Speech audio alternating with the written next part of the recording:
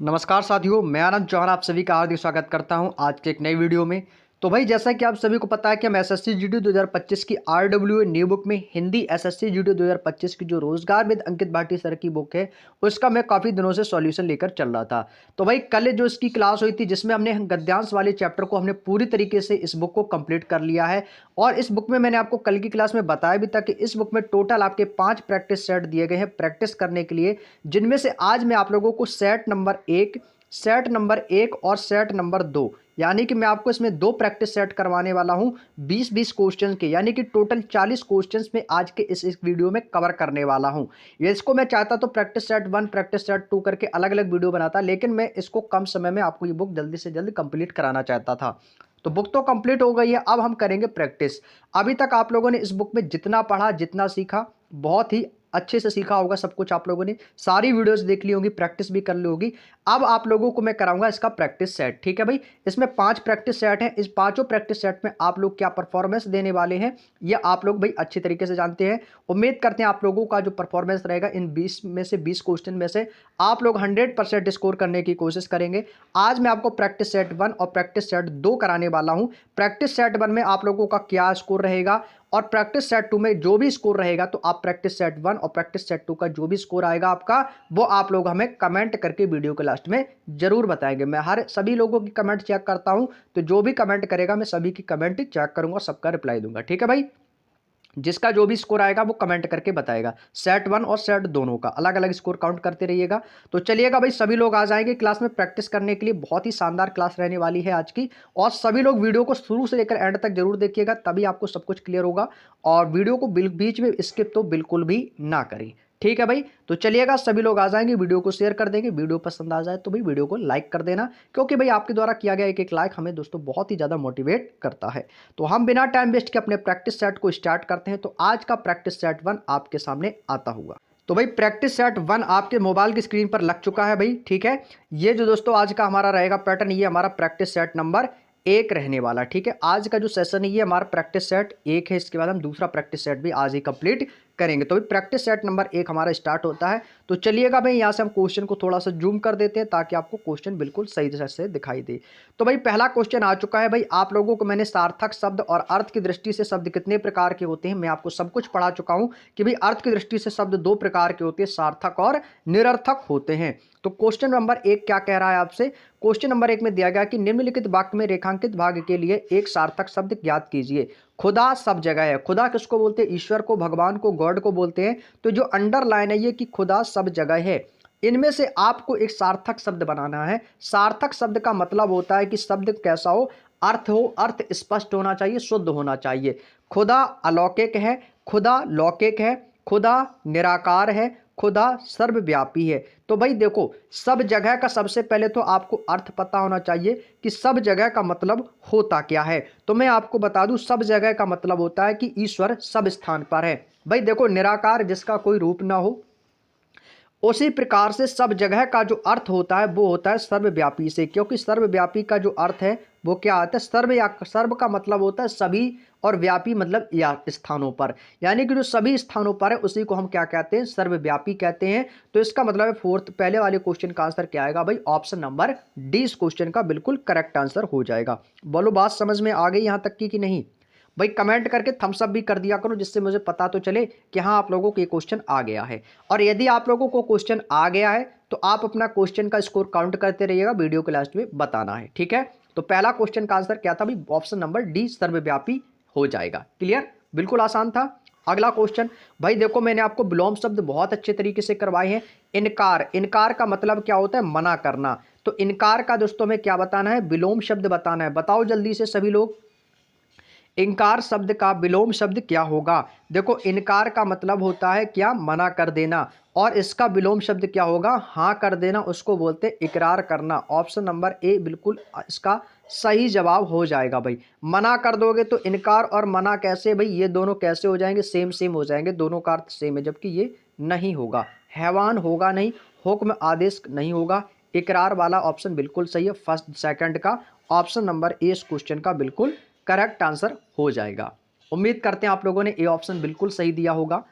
आगे चलते हैं, अगला क्वेश्चन है क्वेश्चन नंबर 3। मेरी माताजी कंठफल। अब भाई कंठफल मतलब जानते हो, कंठफल का मतलब क्या होता है? रिक्त स्थान की बहुत ही स्वादिष्ट सब्जी बनाती हैं। इसका हमें तद्भव रूप बताना है। मैंने आपको तत्सम तद्भव पहचानने के लिए कुछ ट्रिक्स बताई थी कि जहां कहीं भी अनुस्वार लग जाए तो समझ लो 99% वहां पर तत्सम शब्द होता है। हमें कंठफल का क्या बताना है? तद्भव बताना है। तो भाई कंठफल को मतलब होता है जिस फल में कांटे होते हैं, और कंठफल यानी कि कांटे वाला फल कौन सा है? आप कहोगे सर कटहल हो जाएगा। तो कटहल की क्या बनाई जाती है भाई? सब्जी बनाई जाती है। तो तीसरे का ऑप्शन नंबर डी बहुत ही आसान क्वेश्चन था। आपसे ये तत्सम और तद्भव चैप्टर का आया हुआ क्वेश्चन है, और जो मैं आपको प्रैक्टिस सेट करा रहा हूं, इसी लेवल के एग्जाम में ऐसे ही क्वेश्चंस आपसे प्रैक्टिस सेट आपके एग्जाम हॉल में पूछे जाएंगे। ठीक है, चलिएगा भाई, ऑप्शन नंबर डी इस क्वेश्चन का एकदम राइट आंसर हो जाएगा। अगला क्वेश्चन है क्वेश्चन नंबर 4। मैंने उस चीज को अर्ध, अर्ध का मतलब जानते हो क्या होता है? तो अर्ध तो क्या होता है? ये तो आपका तत्सम शब्द है भाई। देखो फिर से तत्सम तद्भव से आया है, तो हमें अर्ध का तद्भव रूप बताना है। तो अर्ध का तद्भव क्या हो जाएगा मेरे भाई? अर्ध का मतलब होता है आधा होता है। क्या होता है भाई? आधा होता है। तो क्या कहोगे सर? फोर्थ का ऑप्शन नंबर बी लगा देना, बिल्कुल सही जवाब हो जाएगा भाई। जिन्होंने बी ऑप्शन दिया है भाई बिल्कुल सही। और भाई मैं आपको बता दूं, आज मुझे हर एक प्रैक्टिस सेट, मैं आपको 2 प्रैक्टिस सेट करा रहा हूं, मुझे 100% स्कोर चाहिए भाई सभी लोगों से। मैंने हिंदी बहुत अच्छे से आप लोगों को पढ़ाई है भाई, तो इसका मुझे 100% स्कोर चाहिए। और हिंदी बिल्कुल आसान सब्जेक्ट होता है जिसमें आप 100 to 100% स्कोर कर सकते हो। नेक्स्ट क्वेश्चन है भाई, अगला क्वेश्चन है भाई आपका मुहावरे से। भाई मैंने आपको बहुत ही इंपॉर्टेंट मुहावरे बताए हैं। तो भाई आपसे पूछा कि डावाडोल होना। भाई बिल्कुल डामाडोल वो कहते हैं ना भाई गांव में, कि भाई बिल्कुल तुम्हारा शरीर तो एकदम डामाडोल हो गया है। डामाडोल का मतलब ही क्या होता है भाई? कैसा होना? कमजोर हो जाना, अस्थिर होना, बुरी तरह हारना, या बात खुल जाना। हमें भाई मुहावरे का अर्थ बताना है। भाई डावाडोल होना, डावाडोल होने का जो सही अर्थ होता है वो होता है स्थिर ना होना। क्या हो जाएगा? तो आप कहोगे सर अस्थिर हो जाना। इसमें काफी लोग कमजोर हो जाना कर देंगे, जो कि बिल्कुल गलत हो जाएगा।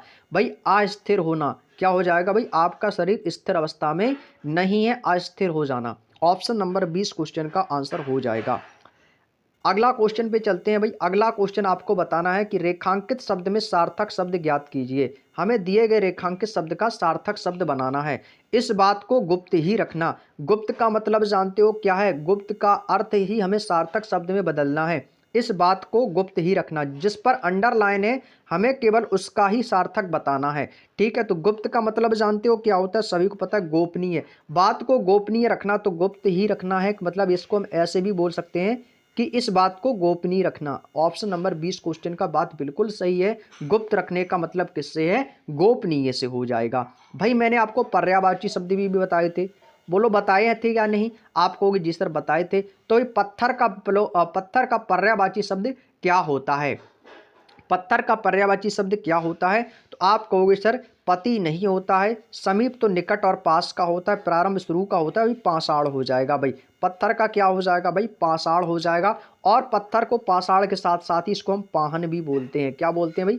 पाहन भी इसी पत्थर को ही हम बोलते हैं। तो पाषाण ऑप्शन नंबर डी इस क्वेश्चन का बिल्कुल सही जवाब हो जाएगा। भाई आप लोग भी आंसर दिया करें, कमेंट करके सभी लोग आंसर बताएंगे। चलिएगा भाई अगले क्वेश्चन पे चलते हैं भाई। क्वेश्चन नंबर 8, वाक्यांश के लिए एक शब्द आया है सार्थक शब्द। भाई जिसके आने की तिथि निश्चित ना हो। भाई ये तो बहुत ही आसान है, जिसमें देखो तिथि लगा मिल जाए तो तिथि वाला ही ऑप्शन होता है। जिसके आने की तिथि ना हो वही तो है अतिथि। अतिथि होता है भाई। ऑप्शन नंबर ए एकदम करेक्ट आंसर हो जाएगा। सभी लोगों ने बिल्कुल सही जवाब दिया होगा इसका, ऐसी मैं आप लोगों से उम्मीद करता हूं। अगला क्वेश्चन है भाई क्वेश्चन नंबर 9। भाई इसमें भी हमें रेखांकित भाग के लिए एक सार्थक शब्द चुनना है कि वे मसूह में चलते हैं। भाई मसूह, हमें मसूह तो यह कोई शब्द नहीं होता है मेरे भाई, मसूह कोई शब्द नहीं होता है। तो हमें मसूह को एक ऐसा शब्द बताना है जिसका अपने आप में कोई अर्थ होता है। वे मसूह में नहीं चलते भैया, वे समूह में चलते हैं। समूह का मतलब है वो झुंड बनाकर चलते हैं। ऑप्शन नंबर डी इस क्वेश्चन का एकदम करेक्ट आंसर हो जाएगा। बाकी के तीनों शब्द कैसे हैं? सभी अशुद्ध लिखे हुए हैं, इनका अपने आप में कोई अर्थ नहीं होता है। ऑप्शन जिसमें कोई अर्थ ही नहीं होता है, जिस शब्द का कोई अर्थ नहीं होता वो निरर्थक होता है, जिसका अर्थ होता है उसे हम सार्थक कहते हैं। तो हमें तो सार्थक ही तो बताना था। तो ऑप्शन नंबर डी में मिल जाएगा समूह। समूह का मतलब होता है झुंड बनाकर। क्लियर? चलिएगा भाई बहुत आसान प्रैक्टिस सेट है ये तो। भाई क्वेश्चन नंबर 10 पे चलते हैं फटाफट। भाई नेताजी ने अपनी सुरक्षा के लिए कई अंगरखा रखे हैं। भाई अंगरखा जो ये ब्रैकेट में पॉइंट आपको दिया है इसका हमें तत्सम रूप बताना है। भाई देखो क्वेश्चन को ध्यान से पढ़ना भाई, एग्जाम हॉल में कभी भी क्वेश्चन को पढ़ने में गलती नहीं करनी है, हमें तत्सम रूप बताना है। तो आप कहोगे सर इसमें तो अनुस्वार दिया गया है, अनुस्वार जब दिया गया है तो भाई ये तो तत्सम होना चाहिए, लेकिन मैंने आपको एक बात बताई थी कि अनुस्वार जो होता है वो 99% आपका तत्सम होता है, लेकिन 1% है वो तद्भव में भी चला जाता है। तो 99% आपको याद रखना है कि अनुस्वार आपका तत्सम होता है। लेकिन अंगरखा, लेकिन खा को हम क्या बदल देते थे, खा को छह छत्री में बदल देते थे। किस में बदल देते थे? छह में।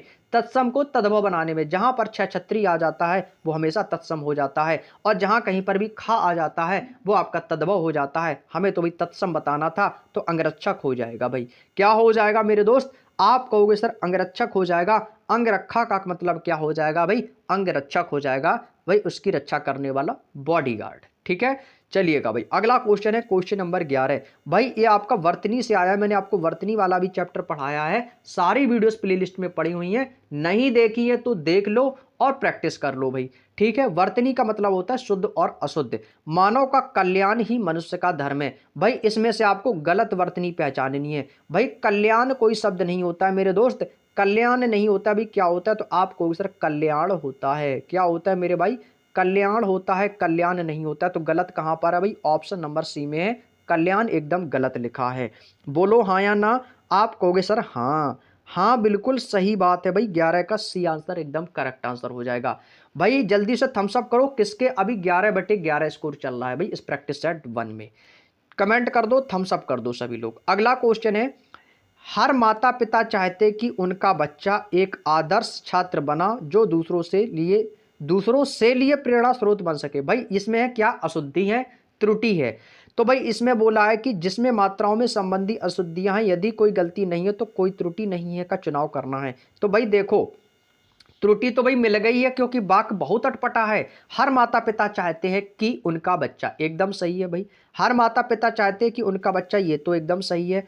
प्रेरणा स्रोत बन सके, ये भी सही है। एक आदर्श छात्र बने जो दूसरों से लिए, भाई दूसरों से लिए नहीं होता, ये कैसा है? गलत है, तुम्हें गलत ही तो बताना था।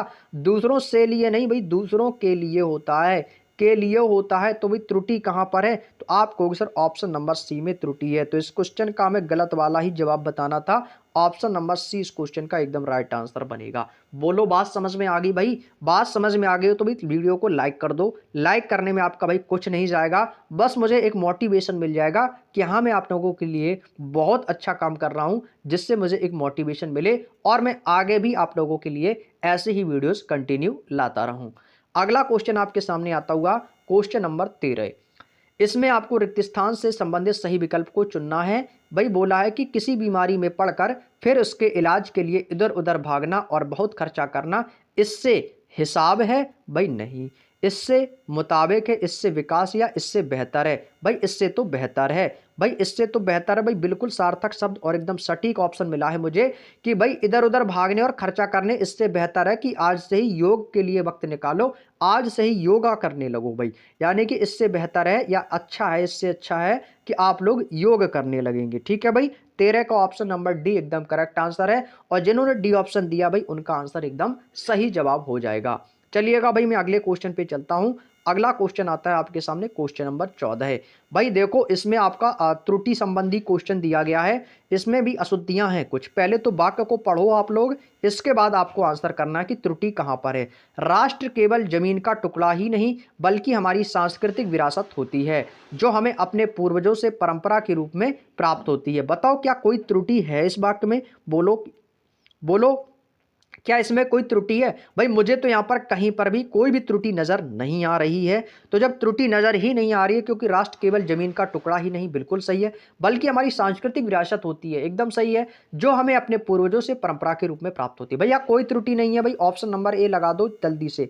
जिस वाक्य में कोई त्रुटि नहीं है तो हमें वही ऑप्शन चुनना है जिसमें कोई त्रुटि नहीं है। यदि त्रुटि होती तो वो ऑप्शन आपको नजर आता, आपको लैंग्वेज में थोड़ी सी अटपटी महसूस होती, लेकिन यहां पर कोई भी त्रुटि नहीं है, तो इसलिए हमारा कौन सा ऑप्शन होगा भाई? Option number A is the right answer.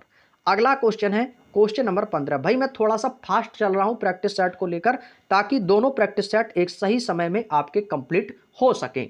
ठीक है भाई, तो आप लोग भाई, मैं 1 मिनट में एक क्वेश्चन ही कंप्लीट करूंगा, तो मैं आप लोगों से चाहता हूं कि वीडियो के लास्ट तक बने रहें और आप लोगों का जो भी आंसर हो अपने मन में रख लेना, काउंट करते रहिएगा। ठीक है, चलिएगा।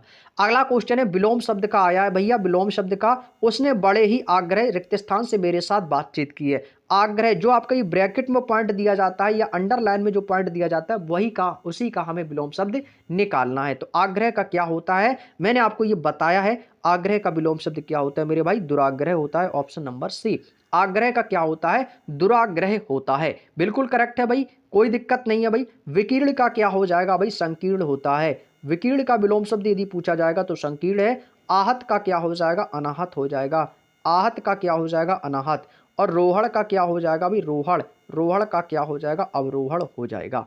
बात समझ में आ गई, चलिएगा भाई। अभी हमने आपको लेकर आए हैं गद्यांश। भाई इससे पहले जो हमारी क्लास हुई थी, कल की क्लास में हमने गद्यांश सारे कंप्लीट कर लिए हैं। तो आज इस गद्यांश में आप लोगों का क्या स्कोर रहने वाला है, ये तो आज मैं देखूंगा। ठीक है भाई, गद्यांश किसी के भी गलत नहीं होने चाहिए। मैंने गद्यांश में आप लोगों के लिए बहुत मेहनत से वीडियो बनाई है। जल ही जीवन है और इससे हमारा जीवन चलता है, पर क्या इसे कोई मानता है, नहीं। आज का जो समय है, उस समय पानी की एक एक बूंद रिक्त स्थान आवश्यक है। जहां पर ये रिक्त स्थान है ना, ये आपका प्रश्न होगा। एक प्रश्न, दो प्रश्न, तीन प्रश्न, अभी आगे और आपके दो प्रश्न होंगे। यह भी सत्य है कि अगर आप पानी नहीं बचाएंगे तो आने वाली पीढ़ी एक एक बूंद को तरस जाएगी। जितनी तेजी से धरती का जल स्तर घट रहा है, उससे तो ऐसा ही लग रहा है कि शुरुआत में जहां पृथ्वी पर काफी गहराई में पानी था, तो आज ऐसी स्थिति है कि यहाँ 90 से 100 फुट पानी नीचे जा चुका है। जिस प्रकार से पानी की रिक्त स्थान होती है, उससे उससे यह सीख जरूरी मिलती है कि पानी को आने वाले कल के लिए बचाना चाहिए। आज की पानी की बचत आने वाले समय के लिए जरूरी है। आज देखा जाए तो पानी ही जीवन का आधार है और अगर पानी को बचाना है तो इसका रिक्त स्थान जरूरी है। पानी की उपलब्धता में भी काफी तेजी से घट रही है और महामारी भी बढ़ रही है। पानी को बचाना हमारी राष्ट्रीय जिम्मेदारी है एवं यह मुद्दा अंतर्राष्ट्रीय स्तर पर भी काफी तेजी से फैल रहा है। पानी के स्रोतों में कमी आ रही है। पानी को सुरक्षित रखना व इसे बचाना हमारी रिक्त स्थान जिम्मेदारी है। अब भाई, अब विकल्प को पढ़ो। भाई क्वेश्चन आपके सामने दिया गया, आज का जो समय है, उस समय में पानी की एक एक बूंद गिराना आवश्यक है, गंवाना आवश्यक है, घटाना आवश्यक है, बचाना। भैया हमें पानी की बूंद को बचाने के लिए बोला जा रहा है, पानी की बूंद को बर्बाद करने के लिए नहीं बोला जा रहा है। बात समझ में आ गई, तो 16 का क्या होगा भैया, ऑप्शन नंबर डी एकदम करेक्ट आंसर होगा। हमें भाई पानी की एक एक बूंद को बचाना है। जल ही जीवन है और जल को व्यर्थ ना मतलब जाने दे। जल को व्यर्थ ना फैलाएं, जल को व्यर्थ ना दूषित करें। ठीक है भाई, जल बहुत ही जरूरी है। यह भी सत्य है कि अगर आप पानी नहीं बचाएंगे तो आने वाली पीढ़ी एक एक बूंद को क्या करेगी भाई, एक एक बूंद पिएगी। भाई जब पानी नहीं रहेगा पिएगी क्या भाई, एक एक बूंद पानी पीने के लिए तरसेगी भाई, तरस जाएगी मेरे दोस्त। मैंने आपको बताया था ना भाई, एक एक बूंद को तरसोगे यदि जल नहीं बचाओगे। क्यों, क्योंकि जल ही तो जीवन है भाई, पानी की एक एक बूंद के लिए तरसेगी। आगे देखो, जिस प्रकार से पानी की रिक्त स्थान होती है, उससे यह सीख जरूरी मिलती है कि पानी को आने वाले कल के लिए बचाना चाहिए। जिस प्रकार से पानी की आसानी होती है भाई, पानी की आसानी होती है भाई, शब्द ही अटपटा लग रहा है। पानी की बर्बादी होती है, क्योंकि भाई पानी की इंतजार नहीं हो रहा, आभास नहीं। पानी की लोग क्या करते भाई, बर्बाद हो रहे। आप लोगों ने देखा होगा गांव देहात में, गांव में सबसे ज्यादा मैं बता रहा हूं, क्योंकि भाई मैं भी ग्रामीण क्षेत्र से हूं। गांव में मैंने देखा है कि भाई लोगों के यहाँ सबमर्सिबल बोलते हैं कि समर लगी हुई है। समर से पानी बहुत ही ज्यादा बर्बाद होता है। आप लोगों ने देखा होगा भाई, समर से भाई जानवर नहला रहे हैं, भैंस वगैरह नहला रहे हैं भाई, उन्होंने नहला दिया, बीच में समर को छोड़ दिया, अब वो पानी व्यर्थ चल रहा है। भाई ऐसा करना गलत है। जहां पर एक बाल्टी में काम हो रहा है, वहां पर आप 10 बाल्टी फैला रहे हो पानी, तो ये गलत है। तो ये क्या है, पानी की बर्बादी है। इसका कहीं ना कहीं आपका जो दुरुपयोग हो रहा है पानी का, तो इसका भाई ये आप लोगों को ध्यान में रखना चाहिए। आप लोग एक अच्छे शिष्टाचारी हैं, स्टूडेंट हैं, और स्टूडेंट जीवन में हमें इस सारी चीज़ों के बारे में सीख होना बहुत जरूरी है। तो भाई पानी की बर्बादी नहीं करनी चाहिए, बहुत है। ठीक है, चलिएगा आगे देखो, क्वेश्चन नंबर 19। आज देखा जाए तो पानी ही जीवन का आधार है। मैंने आपको ऑलरेडी बोला कि जल ही जीवन है और जल ही जीवन का आधार है। और अगर पानी को बचाना है तो इसका क्या करना है भाई, इसका संरक्षण जरूरी है, इसका समझ जरूरी है, गलत। इसका प्रतीक्षा जरूरी है, गलत। इसका फायदा जरूरी है। भाई देखो, संरक्षण होता है, संरक्षण जानते हो क्या होता है, संरक्षण का मतलब होता है पानी को बचाना जरूरी है, उसकी रक्षा करना जरूरी है, संरक्षण जरूरी है। ऑप्शन नंबर ए एकदम करेक्ट आंसर हो जाएगा। और आज का प्रैक्टिस सेट 1 का लास्ट क्वेश्चन है, पानी को सुरक्षित रखना व इसे बचाना हमारी क्या है, आर्थिक जिम्मेदारी है, भारतीय जिम्मेदारी, नैतिक जिम्मेदारी है या जैविक जिम्मेदारी है। तो भाई रख के देखो, तो भाई ये हमारी नैतिक जिम्मेदारी है, ये एक नैतिक कार्य है हमारे जीवन का। ऑप्शन नंबर कौन सा होगा, सी वाला होगा। आर्थिक नहीं है भैया, जैविक भी नहीं है, ना ही भारतीय है। भाई जरूरी नहीं कि भारतीय लोग ही पानी को बचाएं, भाई जो फॉरेनर हैं, विदेशी हैं, कोई भी, मैं यहाँ पर सिर्फ मैं पूरी मनुष्य जाति की बात कर रहा हूँ, पूरे मानव जीवन की बात कर रहा हूँ, तो वो आपके नैतिक में ही आएंगे। तो भाई नैतिक है, हमारी जिम्मेदारी है कि हमें जल को बचाना चाहिए। ठीक है भाई, 20 का option number C is the right answer. जहां पर पानी की कमी है उन लोगों से पूछो, वो एक एक बूंद के बारे में आपको बताएंगे कि उनके लिए कितना इंपॉर्टेंट रहता है। ठीक है, तो 20 का ऑप्शन नंबर सी करेक्ट है। भाई प्रैक्टिस सेट 1 आपका एक कंप्लीट होता है, और इस प्रैक्टिस सेट 1 में आपका स्कोर क्या रहा। भाई आप लोग अपना स्कोर जल्दी से हमें कमेंट करके बताएंगे कि इस सेट 1 में, ये दोस्तों हमारा सेट नंबर 1 था, इस सेट 1 में आप लोगों का क्या स्कोर रहा है। सभी लोग हमें अपना स्कोर बताएंगे कि आपका स्कोर इन 20 क्वेश्चनों में से कितना स्कोर रहा है। ठीक है भाई, आप लोग अपना स्कोर बताएंगे वीडियो के लास्ट में कमेंट करके। चलिएगा भाई, सेट 1 कंप्लीट होता है। अगला आता है भाई हमारा practice set number 2। Practice set number 2 आपके सामने आता हुआ कि अब यहाँ से स्टार्ट करते हैं भाई, हमारा कौन सा है, प्रैक्टिस सेट नंबर 2। चलिएगा भाई, प्रैक्टिस सेट नंबर 2 का पहला क्वेश्चन आपके सामने दिया गया है। भाई ये विलोम शब्द का क्वेश्चन है, प्रैक्टिस सेट नंबर 2 स्टार्ट करते हैं। दिए गए रेखांकित शब्द का विलोम शब्द क्या होगा। भाई विलोम शब्द पूछा है, किसका बताना है, जहां पर भी रेखांकित शब्द है, जहां पर अंडरलाइन है। अर्पण, अर्पण का विलोम शब्द। पूरा सेंटेंस पढ़ने की आवश्यकता नहीं है, समय की बचत करेंगे एग्जाम में हम लोग। यह सारा सामान गरिमा की अग्नि को अर्पण कर दिया। अर्पण का विलोम क्या होता है, अर्पण का मतलब होता है अपनाना। अर्पण का मतलब क्या होता है मेरे भाई, अर्पण का ही मतलब होता है अपनाना। और ग्रहण, अब अर्पण यानी किसी को चीज देना, और ग्रहण मतलब स्वीकार करना, तो अर्पण का क्या हो जाएगा, ग्रहण हो जाएगा। ऑप्शन नंबर बी बिल्कुल सही है। बोलो हाँ या ना। तो सुगम का विलोम क्या होगा, सुगम का होता है दुर्गम। सुगम का क्या हो जाएगा, दुर्गम। नकली का क्या हो जाएगा भैया, असली हो जाएगा। ठीक है, ये तो सारे पॉइंट बिल्कुल आसान है। ठीक है, चलिएगा अगले क्वेश्चन पे चलते हैं। क्वेश्चन नंबर 2 बताएंगे भाई, देखो मैंने आपको देशज शब्द, विदेशज शब्द, अरबी भाषा के शब्द, फारसी भाषा के शब्द, उर्दू भाषा के शब्द, सब कुछ बताए थे। कौन शब्द पुर्तगाली है, कौन सा शब्द जापानी है, कौन सा शब्द चाइनीज है, कौन सा अंग्रेजी है, मैं सब कुछ बता चुका हूं। इसमें आपको विदेशज शब्द का चयन करके रिक्त स्थान की पूर्ति करनी है। 5 बजे श्याम गजट जाएगा, ट्यूशन जाएगा, गार्ड जाएगा, डायरी जाएगा। भाई देखो, गार्ड है तो यह अंग्रेजी भाषा का शब्द, लेकिन यहाँ पर शब्द भी तो सार्थक बनना चाहिए। 5 बजे श्याम कहाँ जाएगा भैया, तो वो तो भाई कहाँ पे जा रहा है, ट्यूशन जाएगा। और ट्यूशन को कैसे लिखा जाता है, ट्यूशन जो वर्ड है ये आपका अंग्रेजी का वर्ड है, तो TUTION ये इसका अंग्रेजी वर्ड होता है, और ये अंग्रेजी भाषा का शब्द है भाई, ट्यूशन। बात समझ में आ गई, ये किस भाषा का शब्द है, तो ये आप कहोगे सर ये तो आपके अंग्रेजी भाषा का शब्द है, तो ट्यूशन हो जाएगा कि वो 5 बजे शाम ट्यूशन जाएगा। तो ये क्या है, अंग्रेजी भाषा का शब्द है। अंग्रेजी भाषा का शब्द का मतलब ये विदेशज शब्द हो जाएगा। क्लियर, चलिएगा अगले क्वेश्चन पे चलते हैं। दिए गए वाक्यांश के लिए एक सार्थक शब्द जिसका कोई इलाज ना हो। भाई ये तो मैंने कराया था, मुझे एक एक क्वेश्चन याद है कि मैंने कौन सा क्वेश्चन कराया था, कौन सा नहीं कराया था। भाई जिसका कोई इलाज ही नहीं होता है ना, वो तो लाइलाज होता है। अब लाइलाज कैसे लिखा जाता है, ये लाइलाज है, ये लाइलाज कोई शब्द नहीं है। लाइलाज ये भी गलत है, लाई इलाज नहीं होता है, कोई गलत शब्द लिखा है, लाइलाज होता है। भाई बिल्कुल सही है ऑप्शन नंबर ए। और जिन्होंने ए ऑप्शन चुना है ना भाई, बिल्कुल सही आंसर चुना है, ऑप्शन नंबर ए एकदम करेक्ट आंसर हो जाएगा। आगे चलता हूं। अगला क्वेश्चन है कि दिए गए वाक्य का वह भाग ज्ञात करें जिसमें कोई त्रुटि है, यानी कि हमें त्रुटि पहचाननी है। शेर को देखकर उसका प्राण सूख गया। भैया प्राण सूख जाते हैं कि प्राण निकल जाते हैं, भाई प्राण सूख गया। भाई प्राण सूख कहां पर गलती है भाई, ऑप्शन नंबर सी में गलती है। ये देखो दिया गया है प्राण सूख गया, ये कैसा भाई, गलत है। भाई व्यक्तियों के प्राण निकल जाते हैं, प्राण सूखते नहीं है। और वो बेहोश हो गया, मतलब प्राण सूख गया तो बेहोश हो गया, भाई नहीं, प्राण निकल गए, उसका प्राण सूख गए, बिल्कुल गलत हो जाएगा भाई, प्राण नहीं सूखेगा, गलत हो जाएगा। तो फोर्थ का ऑप्शन नंबर सी में क्या है, त्रुटि हो जाएगी। अगले क्वेश्चन पे चलते हैं।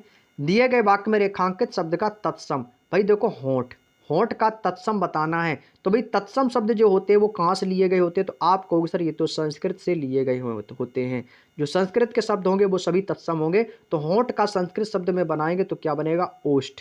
भाई मैंने आपको वर्णमाला में पढ़ाया था ओष्ठ व्यंजन के बारे में, तो ओष्ठ का मतलब ही क्या होता है, होंठ होता है। ऑप्शन नंबर ए, बात समझ में आ गई? तो ऑप्शन नंबर ए एकदम करेक्ट हो जाएगा। हस्त मीन्स हाथ होता है, पादु मीन्स पैर होते हैं। ठीक है भाई, तो ऑप्शन नंबर ए क्या हो जाएगा? ओष्ठ हो जाएगा, बिल्कुल राइट आंसर सही है। अगला क्वेश्चन है वाक्यांश के लिए एक शब्द, क्वेश्चन नंबर 6।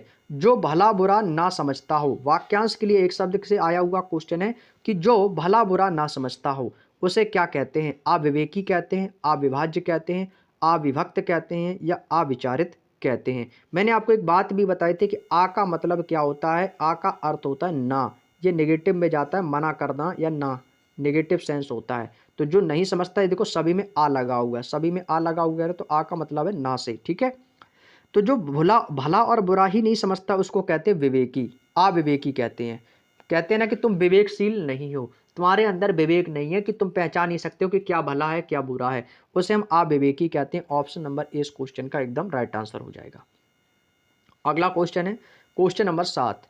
दिए गए शब्द को आपको विलोम शब्द बताना है, जो आपका ब्रैकेट में दिया गया, दिए गए कोष्ठक में। देखो कोष्ठक में दिए गए शब्द का विलोम शब्द, देखो कोष्ठक में क्या दिया गया? दूषित। दूषित का विलोम, दूषित का विलोम क्या हो जाएगा भाई? बताएंगे सभी लोग कि आज मेरे घर में बहुत ही दूषित पानी आ रहा है। तो दूषित का मतलब क्या हो जाएगा? विलोम बताना है ना, तो विलोम क्या हो जाएगा? उल्टा बताना है उसका, दूषित का हो जाएगा विलोम भद्र होता है। प्रदूषित तो भाई दूषित को ही बोलते हैं, लेकिन इसका विलोम क्या होगा भाई? भद्र हो जाएगा। सामिस का निरामिस होता है, सामिस का क्या होता है? निरामिस होता है। ठीक है भाई, सामिस का निरामिस होता है। कम का तो ज्यादा होता है, कम का क्या होता है? अधिक बोल दो या ज्यादा बोल सकते हैं। ठीक है, विशुद्ध विशुद्ध अशुद्ध उसी को बोलते हैं, तो इसका हो जाएगा शुद्ध ही हो जाएगा भाई। ठीक है, विशुद्ध को शुद्ध ही बोल देंगे, तो इसका आंसर क्या होगा? भद्र होगा। दूषित को क्या बोलेंगे? भद्र। ठीक है, सातवें का ऑप्शन नंबर भाई विशुद्ध, दूषित और विशुद्ध, दूषित और विशुद्ध इसमें भाई थोड़ा सा डाउट है। भद्र कैसे हो जाएगा भाई? भद्र, भद्र तो अभद्र का होता है भाई। देखो यहाँ पे गलती हुई है, जानते हो गलती कहाँ पर हुई है?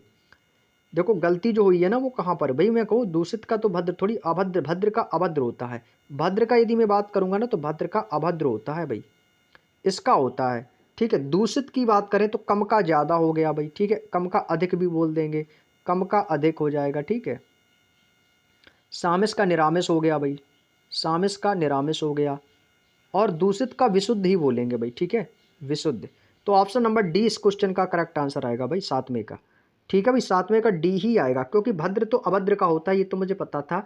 लेकिन जो विशुद्ध होगा ना भाई, शुद्ध का अशुद्ध होता है, तो ये शुद्ध में जाएगा नहीं, तो ये दूषित का क्या होगा भाई? आप कहोगे सर विशुद्ध हो जाएगा। ठीक है, चलिएगा, यानी कि शुद्ध, विशुद्ध को ही हम शुद्ध कह सकते हैं। ठीक है, चलिए बहुत बढ़िया, आगे चलते हैं। सातवें का डी ही लगाना भाई आप लोग। अगला क्वेश्चन है क्वेश्चन नंबर 8। निम्नलिखित प्रश्नों में से 4 विकल्प दिए गए हैं और इनमें से सही शब्द चुनना है। बात करने से बड़े बड़े मसले, अंतर्राष्ट्रीय समस्याएं तक मुश्किल हो जाती हैं। अच्छा, बेफल हो जाती हैं, बड़ी हो जाती हैं, हल हो जाती हैं। भाई बात करने से बड़े बड़े मसले, अंतर्राष्ट्रीय समस्याएं तक हल हो जाती हैं भैया, हल हो जाती हैं, मुश्किल थोड़ी होंगी। हल का मतलब है उनकी परेशानी दूर हो जाती है, उनकी समस्याएं दूर हो जाती हैं, हल हो जाती हैं। क्लियर भाई? कहते हैं ना भाई इस समस्या का कोई हल नहीं है, तो वही सेंटेंस है, इसमें आपको एक उपयुक्त शब्द भरना था, सार्थक शब्द। Option number D. आगे चलते हैं। निम्नलिखित वाक्यों में से आपको एक वाक्यांश दिया जिसमें अशुद्धियां हैं, यदि कोई गलती नहीं है तो आपको कोई त्रुटि नहीं है वाला चुनाव करना है। मनुष्य जीवन ही ऐसा है कि वह किसी भी अवस्था में यह अनुभव नहीं कर सकता कि अब उसके लिए किसी आवश्यकता नहीं ही गई है। भाई नहीं ही गई है, तो देखो त्रुटि कहाँ पर मिली है? त्रुटि यहाँ पर मिली है, किसी की आवश्यकता नहीं ही गई है। तो भाई ये देखो गलत लिखा है, यहाँ पर जो निपात लिखा है ना, नहीं ही गई है, गलत है, तो त्रुटि यहीं पर होगी। तो यही देख लो त्रुटि कहाँ पर है, के लिए किसी आवश्यकता नहीं ही गई है, तो त्रुटि वाला ऑप्शन मिल गया, ऑप्शन नंबर डी। त्रुटि वाला ऑप्शन मिल गया भाई। सेंटेंस को पढ़ोगे ना भाई तो त्रुटि आप लोग ऑटोमेटिक पहचानना जान जाओगे भाई। चलिएगा, अगला क्वेश्चन है क्वेश्चन नंबर 10। निम्नलिखित में से दिए गए कोष्ठक में आपका पर्यायवाची शब्द बताना है। पराक्रमी का पर्यायवाची शब्द भाई, पराक्रमी जो ओजस्वी व्यक्ति होता है वही कैसा होता है? पराक्रमी होता है, तेज होता है, योद्धा होता है। ऑप्शन नंबर सी, ओजस्वी का क्या हो जाएगा भाई? पराक्रमी हो जाएगा। बहुत ही आसान क्वेश्चन था, विलोम शब्द उसका पर्यायवाची का। अगला पर्यायवाची है उपकार। उपकार का मतलब कहते हैं भैया आपका बहुत बहुत धन्यवाद, आपने मेरे ऊपर उपकार किया है। उपकार का मतलब ही क्या होता है? कल्याण होता है। आपने मेरा कल्याण किया, आपने मेरा उपकार किया, तो भाई क्या होगा? आप कहोगे सर ऑप्शन नंबर सी, कल्याण हो जाएगा। कर्तव्य आपका खेल होता है, ठीक है, खेल से संबंधित है। श्रेष्ठ आपका उत्तम हो जाता है, पर्यायवाची। कल्याण किसका हो जाएगा? उपकार का कल्याण होता है। अगला क्वेश्चन है लोकोक्ति से, सहज पकेसो मीठा होय। भाई इस लोकोक्ति का सही अर्थ बताना है कि सहज पकेसो मीठा होय, इसका अर्थ क्या होगा भाई? थोड़ा सा शेष रहना, धीरे धीरे कार्य में लगे रहने से परिणाम अच्छा मिलता है, तुरंत मजदूरी मिलने पर कार्य भी अच्छा होता है, अनिश्चय की स्थिति में करने पर सफलता नहीं मिलती है। भाई सहज पकेसो मीठा हो, इसका अर्थ जानते हो क्या है? भाई धीरे धीरे कार्य करते रहो, परिणाम अच्छा ही मिलेगा। सहज पके का मतलब हो रहा है कि भैया काम जो हो रहा है ना वो धीमे धीमे हो रहा है, लेकिन जो इसका फल मिल रहा है ना वो मीठा ही फल मिलेगा, परिणाम अच्छा ही होगा। ऑप्शन नंबर बी एकदम करेक्ट होगा कि धीरे धीरे कार्य में लगे रहने से परिणाम अच्छा मिलता है। तो 12 का क्या होगा भाई? ऑप्शन नंबर बी इस क्वेश्चन का एकदम करेक्ट आंसर हो जाएगा। चलिएगा भाई अगले क्वेश्चन पे चलते हैं। क्वेश्चन नंबर 13, दिए गए वाक्य में रेखांकित शब्द के लिए सही वर्तनी। भाई रहीम के दोहे, रहीम नहीं होता भाई, रहीम के दोहे होता है। भाई रहीमन पानी राखी है वो तो बात अलग है, लेकिन रहीम रहीम दास नहीं थे, रहीम दास थे। ऑप्शन नंबर बी रहीम हो जाएगा भाई। ऑप्शन नंबर बी रहीम शब्द सही है, बाकी के सभी गलत हैं। ठीक है, तो 13 का क्या होगा भाई? Option number B. अगला क्वेश्चन है क्वेश्चन नंबर 14, दिए गए वाक्य में आपको जातिवाचक संज्ञा, भाई देखो संज्ञा से आया है, जातिवाचक संज्ञा क्या होती है? तो भाई देखो सड़क पर बहुत सी सुंदर सुंदर क्या आती जाती दिखाई दे रही हैं? सड़क पर क्या सुंदर सुंदर घर आते जाते दिखाई देते हैं? सड़क पर क्या नदी बहती है? क्या सड़क पर पेड़ आ जा रहे हैं? भाई नहीं। गाड़ियां, भाई गाड़ियां क्या होती हैं? बहुत सी गाड़ियां होती हैं, तो ये जातिवाचक संज्ञा का उदाहरण है। भाई घर भी एक जातिवाचक संज्ञा है, नदी भी जातिवाचक संज्ञा है, पेड़ भी जातिवाचक संज्ञा है। मैंने जातिवाचक संज्ञा की एक पहचान बताई थी, जिसके जैसे बहुत सारे लोग हों, जिसके जैसे बहुत सारे लोग होते हैं ना, तो वो जातिवाचक संज्ञा होती है। तो भाई गाड़ियां, तो भाई बहुत सारी गाड़ियां होती हैं, गाड़ियों के नाम होते हैं बहुत से, जब इसके नाम बहुत से हैं तो भाई गाड़ियां कैसी है? जातिवाचक संज्ञा है। तो 14 का ऑप्शन नंबर सी एकदम करेक्ट आंसर होगा, क्योंकि भैया गाड़ियां जो होती है ना वो सड़क पर कोई आ रही है, कोई जा रही है, आती जाती लगी रहती है। अगले क्वेश्चन पे चलते हैं भाई। अगला क्वेश्चन मुहावरे से है कि सूख कर कांटा होना, सूख कर कांटा होना, पेड़ के पत्ते झड़ने की बात कर रहा है कि ईर्ष्यावश सेहत खराब करना, अत्यधिक कमजोर हो जाना, या गरीबी के दिन काटना। भाई सूख कर कांटा होना, इसका मतलब होता है भाई सूख कर तो कांटा हो गए, अत्यधिक कमजोर हो गए भैया। ऑप्शन नंबर सी एकदम करेक्ट आंसर होगा भाई, अत्यधिक कमजोर हो जाना। आगे चलते भाई, अगला आपका गद्यांश दिया गया है। इस गद्यांश में आपको क्या दिया गया है? आज नीचे दिया गद्य में कुछ शब्द छोड़ दिए गए हैं, उनमें से रिक्त स्थान के स्थान पर आपको पूरा करना है। ठीक है भाई, ये देखो आपके सामने गद्यांश है, 15 क्वेश्चन कंप्लीट हो गए, 5 नंबर का गद्यांश आता है।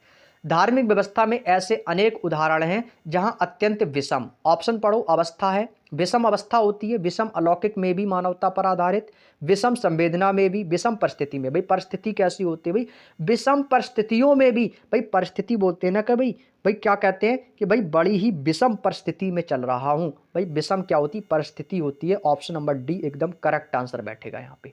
ठीक है, तो 16 का क्या होगा भाई? Option number D. आगे चलते हैं, रिक्त स्थान नंबर 2 में क्या बोला है? विषम परिस्थितियों में भी मानवता पर आधारित लिए गए हैं। क्या लिए गए? संघर्ष लिए गए, उदाहरण लिए गए हैं। भाई बिल्कुल सही शब्द हमें मिल गया, उदाहरण लिए गए, निर्णय। भाई विषम परिस्थिति में उदाहरण नहीं लिए जाते हैं, भाई विषम परिस्थितियों में निर्णय लिए जाते हैं कि भैया क्या निर्णय लिया है, क्या निष्कर्ष निकला है इसका। भाई सही निर्णय लेना, विषम परिस्थिति में कैसा निर्णय लिया जाता है? भाई सही निर्णय लिया जाता है। तो वही तो लिखा है कि मानवता पर आधारित निर्णय लिए गए हैं। भारतीय इतिहास में अनेक क्या हैं? क्या हैं? अनेक, अनेक अवस्थाएं, अनेक संघर्ष हैं। भाई इतिहास जो होता है ना वो कैसा है भाई? संघर्ष है, उदाहरण है भैया, उदाहरण है या दावत है। भाई अनेक हैं, भारतीय इतिहास के भाई अनेक उदाहरण हैं, अनेक एग्जाम्पल्स हैं जो कि संघर्ष से संबंधित हैं। तो वही तो आगे दिया गया है कि भारतीय इतिहास में अनेक अनेक क्या हैं भाई? अनेक उदाहरण हैं कि युद्ध की स्थिति में भी सेना ने मानवीय संदर्भ जीवन विकास, भाई क्या होगा कि सेना ने मानवीय क्या किया है भैया?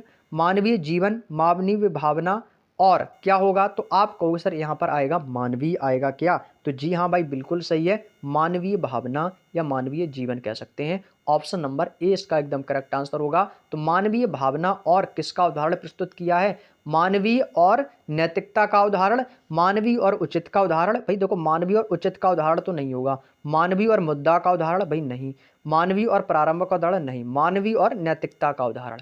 भैया किसका उदाहरण होगा? तो मानवीय और नैतिकता का उदाहरण दिया है। तो 20 का ऑप्शन नंबर ए एकदम करेक्ट आंसर हो जाएगा। तो क्या कहोगे? मानवीय और नैतिकता का उदाहरण प्रस्तुत किया है। तो यहाँ पर किसका उदाहरण हो जाएगा, मानवीय और नैतिकता का ऑप्शन नंबर ए एकदम करेक्ट आंसर हो जाएगा। क्लियर। तो भाई ये जो प्रैक्टिस सेट था ये लगभग हमने आधे घंटे की क्लास में आपके 2 प्रैक्टिस सेट मैंने कंप्लीट करवा दिए हैं। आई होप कि ये दोनों प्रैक्टिस सेट में आप लोगों को बहुत मज़ा आया होगा। और आप लोगों को जो मैंने प्रैक्टिस सेट नंबर 1 और आपको जो प्रैक्टिस सेट नंबर 2 कराया है, इसमें आप लोगों का क्या स्कोर रहा है, सभी लोग स्कोर हमें ज़रूर बताएंगे। ठीक है भाई, मैं सबकी कमेंट देखूंगा, देखते हैं कौन कौन स्कोर बताता है और कौन नहीं बताता है, क्योंकि मैं काफ़ी स्टूडेंटों के नाम जानता हूं जो रेगुलर क्लास से जुड़ते हैं। सेट 1 में क्या स्कोर रहा है, सेट 2 में क्या स्कोर रहा है, सेट 1 में जो भी स्कोर रही उसको लिखना, सेट 2 में जो स्कोर रहा है उसको लिखना, ताकि हमें भी लगे कि हाँ आप लोगों की जो तैयारी है वो बहुत ही अच्छे से चल रही है। जितने भी लोग इस वीडियो को देखेंगे सबसे निवेदन है कि अपना स्कोर हमें कमेंट करके जरूर बताएं। जो भी स्कोर रहेगा अपने आप में अच्छा स्कोर रहेगा, उम्मीद करता हूं आप लोगों से अपना स्कोर हमें जरूर बताएंगे आप लोग। ठीक है, चलिएगा। तो भाई आपके मैंने 2 प्रैक्टिस सेट कंप्लीट कर दिए। कल से मैं आपको फिर से 2 प्रैक्टिस सेट कराऊंगा, प्रैक्टिस सेट नंबर 3 और प्रैक्टिस सेट नंबर 4। ठीक है, तो कल आपके फिर से मैं 2 प्रैक्टिस सेट कराऊंगा, इसके बाद एक प्रैक्टिस सेट और बचेगा, वो सिंगल ले लेंगे। ठीक है, कोई दिक्कत नहीं है। तो चलिएगा, आज के सेशन को दोस्तों यहीं तक रखते हैं। आई होप कि वीडियो आपको पसंद आया होगा और कल प्रैक्टिस सेट नंबर 3 और 4 में भी आप लोग अच्छा स्कोर करेंगे। और हिंदी तो आपकी कंप्लीट ऑलरेडी हो चुकी है, तो सबका रिवीजन कर लो, अच्छे से तैयारी कर लो। जितना रिवीजन कर लोगे, जितनी प्रैक्टिस कर लोगे, उतना ही रिजल्ट आपको बेहतर मिलेगा। और मॉक टेस्ट भाई देना स्टार्ट कर दो, ऑनलाइन ऑफलाइन दोनों मोड में। ठीक है, ऑफलाइन भी दिया करो, ऑनलाइन भी दिया करो। कोशिश करो कि ऑनलाइन ज़्यादा दो, क्योंकि भाई ऑनलाइन ही एग्जाम होता है, और ऑफलाइन भी दिया करो। ठीक है, दोनों मोड में एग्जाम आपको देना है। तो चलिएगा, आज के सेशन में यहीं तक रखते हैं। उम्मीद करते हैं वीडियो पसंद आया होगा, बातें समझ में आई होगी, स्कोर भी अच्छा किया होगा आप लोगों ने। तो मिलते हैं नेक्स्ट डे नेक्स्ट क्लास में, तब तक के लिए सभी को जय हिंद, जय भारत, वंदे मातरम।